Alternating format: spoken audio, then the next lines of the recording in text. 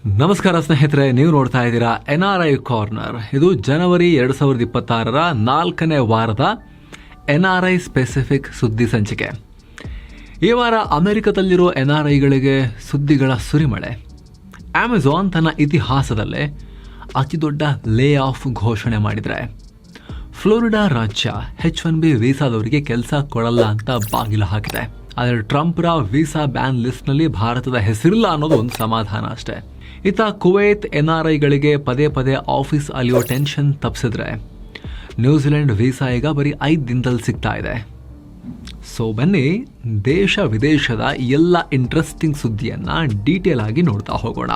ಮೊದಲನೇ ಸುದ್ದಿ IT ಉದ್ಯೋಗಿಗಳಿಗೆ ಆಘಾತಕಾರಿ. ಇದು ಅಮೆಜಾನ್ ತನ್ನ ಇತಿಹಾಸದಲ್ಲೇ ಅತಿ ದೊಡ್ಡ ಲೇ ಆಫ್ಸ್ ಅನೌನ್ಸ್ ಮಾಡಿದೆ. 30,000 ಉದ್ಯೋಗಿಗಳನ್ನ ತೆಗೆದುಹಾಕೋಕೆ. ಅಕ್ಟೋಬರ್ನಲ್ಲಿ ಆಲ್ರೆಡಿ 14,000 ಜನರನ್ನ ಮನೆಗೆ ಕಳಿಸಿತ್ತು. ಈಗ ಅಪ್ಕಮಿಂಗ್ ಟ್ಯೂಸ್ಡೇನಿಂದ 16,000 ಜನರ ಲೇ ಆಫ್ ಶುರುವಾಗುತ್ತೆ.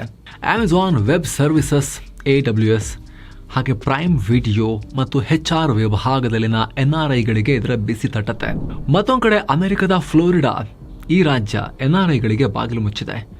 ಅಲ್ಲಿನ ಗವರ್ನರ್ ರಾನ್ ಡಿಸಾಂಟಿಸ್ ಹೊಸ ರೂಲ್ಸ್ ತಗೊಂಡ್ಬಂದಿದ್ದಾರೆ. ಫ್ಲೋರಿಡಾದ ಸರ್ಕಾರಿ ಯೂನಿವರ್ಸಿಟಿಗಳಲ್ಲಿ 2027ರವರೆಗೆ H1B ವೀಸಾ ಮೇಲೆ ಹೊಸಬರನ್ನ ಕೆಲಸಕ್ಕೆ ತಗೊಳ್ಳೋ ಹಾಗಿಲ್ಲ. ನಮ್ಮಲ್ಲೇ ಓದಿದವರಿಗೆ ಮಾತ್ರ ಕೊಡಿ ಕೆಲಸ, ಕಮ್ಮಿ ಸಂಬಳಕ್ಕೆ ಹೊರಗಿನವರು ಬೇಡ ಅನ್ನೋದು ಇವರ ವಾದ. ಜನವರಿ 29ರಿಂದಲೇ ಈ ರೂಲ್ಸ್ ಜಾರಿಯಾಗುತ್ತೆ. ಇನ್ನು ಅಮೆರಿಕದಲ್ಲಿರೋ ನಮ್ಮ NRIಗಳಿಗೆ ಒಂದು ಇಂಟ್ರೆಸ್ಟಿಂಗ್ ರಿಪೋರ್ಟ್ ಬಂದಿದೆ. ಈಗ ಟ್ರಂಪ್ ಅವರ ಕಠಿಣ ರೂಲ್ಸ್ ಇಂದಾಗಿ ಹೊಸಬರ ಎಂಟ್ರಿ ಕಮ್ಮಿಯಾಗಿದೆ. ನ್ಯೂ ಇಮಿಗ್ರೆಂಟ್ಸ್, ಇದರಿಂದ ಅಲ್ಲಿ ಆಲ್ರೆಡಿ ಸೆಟಲ್ ಆಗಿರೋರಿಗೆ ಜಾಬ್ ಸೇಫ್ಟಿ ಸಿಗ್ತಾ ಇದೆ. ಬ್ಲೂಮ್ಬರ್ಗ್ ರಿಪೋರ್ಟ್ ಪ್ರಕಾರ ಫಾರಿನ್ ವರ್ಕರ್ಗೆ ಕಾಂಪಿಟೇಷನ್ ಬರೋದೇ ಇನ್ನೊಬ್ಬ ಫಾರಿನ್ ವರ್ಕರ್ ಇಂದ. ಯಾವಾಗ ಬಾರ್ಡರ್ ಟೈಟ್ ಆಯಿತೋ, ಒಳಗಿರೋ ಎಕ್ಸ್ಪೀರಿಯನ್ಸ್ಡ್ ಸ್ಕಿಲ್ಡ್ ಪೀಪಲ್ಗೆ ಡಿಮಾಂಡ್ ಜಾಸ್ತಿ ಆಗಿದೆ. ಇದರಿಂದ ಅಲ್ಲಿನ NRIಗಳ ಸಂಬಳ ಕೂಡ ಕಮ್ಮಿ ಆಗೋದು ತಪ್ಪಿದೆ. ಆಲ್ರೆಡಿ US ಅಲ್ಲಿ ಸೆಟಲ್ ಆಗಿರೋರಿಗೆ ಒಂಥರ ಪಾಸಿಟಿವ್ ಇದು. ಅಮೆರಿಕದಲ್ಲಿರೋ NRIಗಳಿಗೆ ಇನ್ನೊಂದು ಸಮಾಧಾನದ ಸುದ್ದಿ ಕೂಡ ಇದೆ.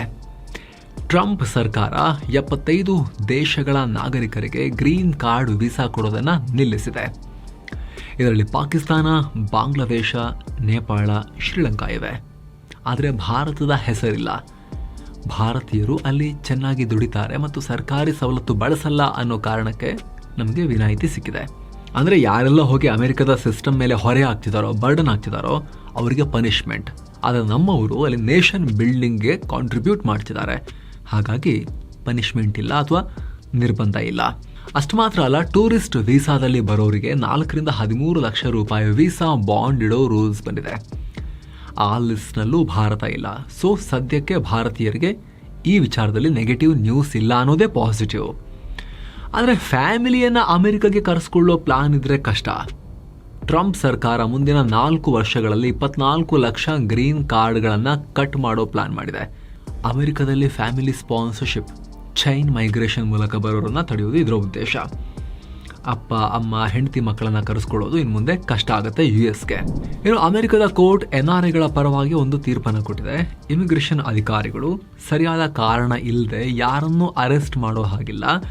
ಅಕ್ರಮವಾಗಿ ಅರೆಸ್ಟ್ ಆಗಿದ್ದ 2 ಭಾರತೀಯರನ್ನ, ಕಿರಣ್ದೀಪ್ ಮತ್ತು ರೋಹಿತ್, ಅವ್ರನ್ನ ತಕ್ಷಣ ಬಿಡುಗಡೆ ಮಾಡಬೇಕು ಅಂತ ಜಡ್ಜ್ ಆದೇಶಿಸಿದ್ದಾರೆ. ಮುಂದೆ ಯಾರನ್ನಾದರೂ ಅರೆಸ್ಟ್ ಮಾಡಬೇಕು ಅಂದರೆ 7 ದಿನ ಮುಂಚೆ ನೋಟಿಸ್ ಕೊಡಲೇಬೇಕು. ಇನ್ನು ಇಷ್ಟು ವರ್ಷ ಕೆನಡಾಗೆ ಹೋಗೋರೇ ಜಾಸ್ತಿ ಇದ್ರು. ಅದೇ ಮೊದಲ ಬಾರಿಗೆ ಕೆನಡಾದಿಂದ ಜನ ವಾಪಸ್ ಬರ್ತಾ ಇದ್ದಾರೆ. 2024-25ರಲ್ಲಿ ಟೆಂಪರರಿ ರೆಸಿಡೆಂಟ್ ಸಂಖ್ಯೆ ಬರೋಬ್ಬರಿ 15,000ದಷ್ಟು ಕಮ್ಮಿಯಾಗಿದೆ. ಹಿಂದಿನ ವರ್ಷ 7 ಲಕ್ಷ ಜನ ಹೋಗಿದ್ರು. ಸರ್ಕಾರದ ಸ್ಟ್ರಿಕ್ಟ್ ರೂಲ್ಸ್ ಮತ್ತು ವೀಸಾ ಟೆನ್ಷನ್ನಿಂದ ಬೇಸತ್ತು ಟೊರಾಂಟೊ ಮತ್ತು ವಾಂಕೋವರ್ನಿಂದ ಜನ ಹೊರಗೆ ಬರ್ತಾ ಇದ್ದಾರೆ. ಮತ್ತೊಂದು ಕಡೆ ಕೆನಡಾ ವೀಸಾ ಸಿಗೋದು ಕೂಡ ತುಂಬ ಕಷ್ಟ ಆಗಿದೆ. ಕಳೆದ 2 ವರ್ಷದಲ್ಲಿ ಈ ಬಾರಿ ಅತಿ ಕಮ್ಮಿ ವರ್ಕ್ ಪರ್ಮಿಟ್ ಕೊಟ್ಟಿದ್ದಾರೆ. ನವೆಂಬರ್ನಲ್ಲಿ ಕೇವಲ 2,600 ಪರ್ಮಿಟ್ ಅಷ್ಟೇ ಸಿಕ್ಕಿದೆ. ನಿರುದ್ಯೋಗ ಜಾಸ್ತಿ ಇರೋ ಟೊರಾಂಟೊ, ಕ್ಯಾಲ್ಗರಿಯಂತಹ 24 ಕಡೆ ವಿದೇಶಿಗರಿಗೆ ಕೆಲಸನೇ ಕೊಡ್ತಾ ಇಲ್ಲ. ವಿದ್ಯಾರ್ಥಿ ವೀಸಾ ಟಾರ್ಗೆಟ್ ಕೂಡ 3 ಲಕ್ಷದಿಂದ 1.5 ಲಕ್ಷಕ್ಕೆ ಇಳಿದಿದೆ. 2027ರ ಹೊತ್ತಿಗೆ ಟೆಂಪರರಿ ಜನರನ್ನ ಕಮ್ಮಿ ಮಾಡೋದು ಅವರ ಪ್ಲಾನ್. ಆದರೆ ಕೆನಡಾದಲ್ಲಿರೋ ಭಾರತೀಯರಿಗೆ ಒಂದು ಗುಡ್ ನ್ಯೂಸ್ ಕೂಡ ಇದೆ. ಇಮಿಗ್ರೇಷನ್ ಆಫೀಸರ್ಸ್ ನಿಮ್ಮ ಫೈಲನ್ನು ಇನ್ಕಂಪ್ಲೀಟ್ ಅಂತ ಹೇಳಿ ವಾಪಸ್ ಕಳಿಸಿದ್ರೆ ಇನ್ನು ಮುಂದೆ ನೀವು ಸುಮ್ಮನೆ ಕೂರಬೇಕಾಗಿಲ್ಲ. ಅದರ ವಿರುದ್ಧ ಫೆಡರಲ್ ಕೋರ್ಟ್ನಲ್ಲಿ ಪ್ರಶ್ನೆ ಮಾಡ್ಬೋದು. ಅಲ್ಲಿನ ಕೋರ್ಟ್ ಒಂದು ಮಹತ್ವದ ತೀರ್ಪನ್ನು ಕೊಟ್ಟಿದೆ.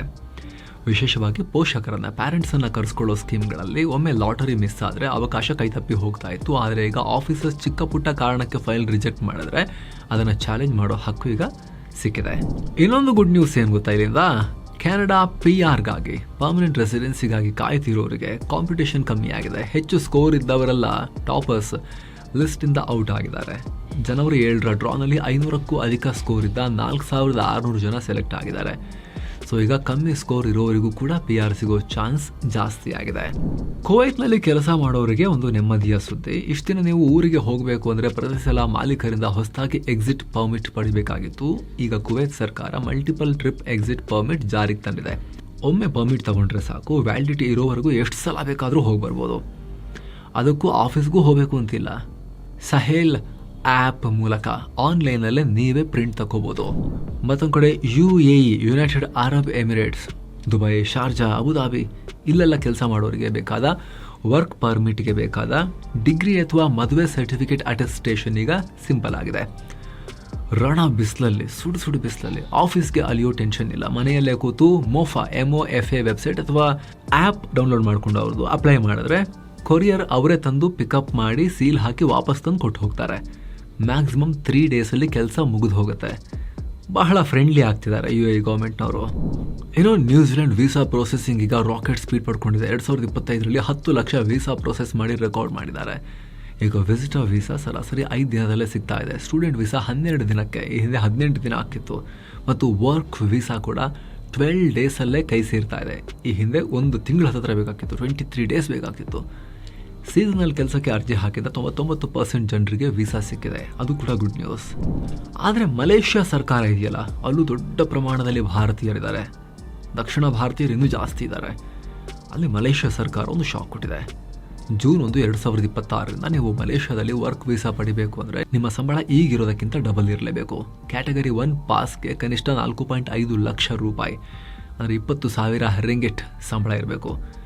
ಕಮ್ಮಿ ಸಂಬಳಕ್ಕೆ ಬರೋರನ್ನ ತಡೆಯೋಕೆ ಈ ರೂಲ್ಸ್. ಇದು ಹೊಸಬರಿಗೆ ಮಾತ್ರ ಅಲ್ಲ, ವೀಸಾ ರಿನ್ಯೂ ಮಾಡಿಸೋರಿಗೂ ಅನ್ವಯ ಆಗುತ್ತೆ.